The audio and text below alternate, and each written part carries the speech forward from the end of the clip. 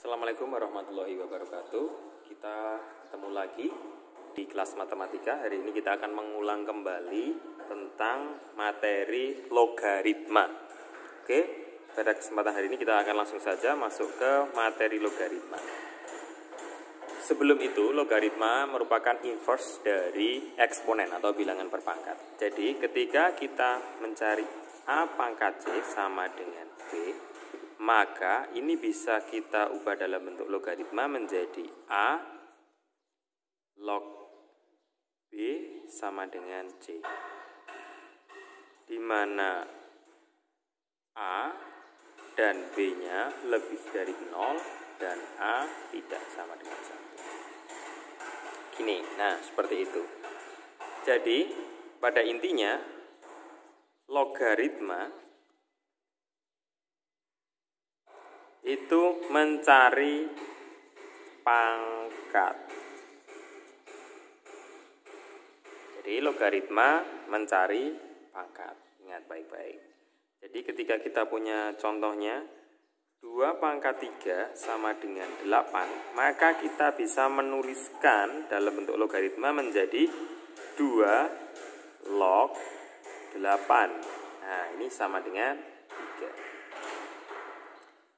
Misal lagi 3 pangkat 2 sama dengan 9, maka kita bisa menuliskan dalam bentuk log 3 log 9 sama dengan 2.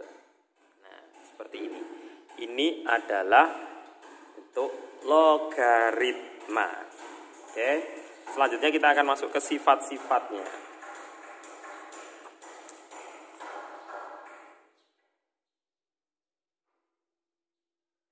Kita akan masuk ke sifat logaritma. Ya, sebelum kita masuk ke logaritma, kita akan langsung menuliskan untuk P-nya tidak boleh sama dengan 0, P tidak sama dengan 1, A lebih dari 0, B lebih dari 0, dan M N anggota gunakan bilangan real. Oke. Nah, sifat yang pertama P logaritma A kali B. Kita bisa mengubahnya menjadi P logaritma A ditambah P logaritma B. Seperti ini. Atau kebalikannya, kalau nanti ada soal yang P log A ditambah P log B, kita bisa membuatnya jadi perkalian.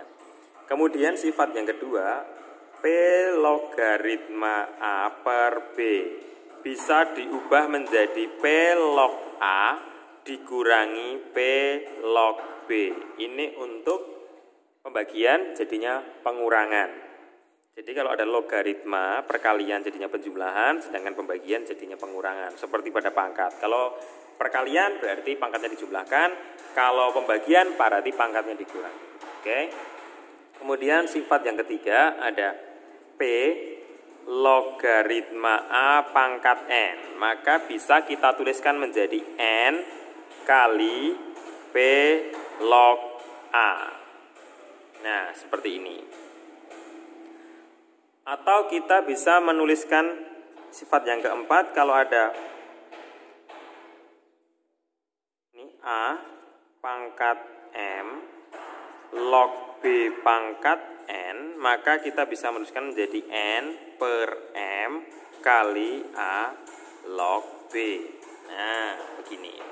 Kalau ini pangkatnya 1 tulisnya di atas, kalau pangkatnya yang di atas maka kita menuliskannya jadi di bawah, jadi penyebutnya. Oke, begitu. Kemudian sifat yang kelima, jika kita punya A logaritma B, maka bisa kita tuliskan menjadi P log B per P log A. Nah, ini sifat yang kelima. Kita bisa menuliskan seperti ini. Ini kita bisa memisahkan A log B. Dan P-nya kita bisa menyesuaikan dengan soal. Kalau yang diketahui 3, maka P-nya kita bisa ganti angka menjadi 3. Selanjutnya yaitu ada ini sifat yang keenam. 1 per A log B. Maka ini bisa diubah menjadi B log A. Nah, bisa diubah menjadi B log A. Ini bentuk pecahan bisa diubah menjadi B log A. Untuk sifat yang ketujuh, kalau ada A pangkat A log B, maka kita bisa menuliskannya menjadi B.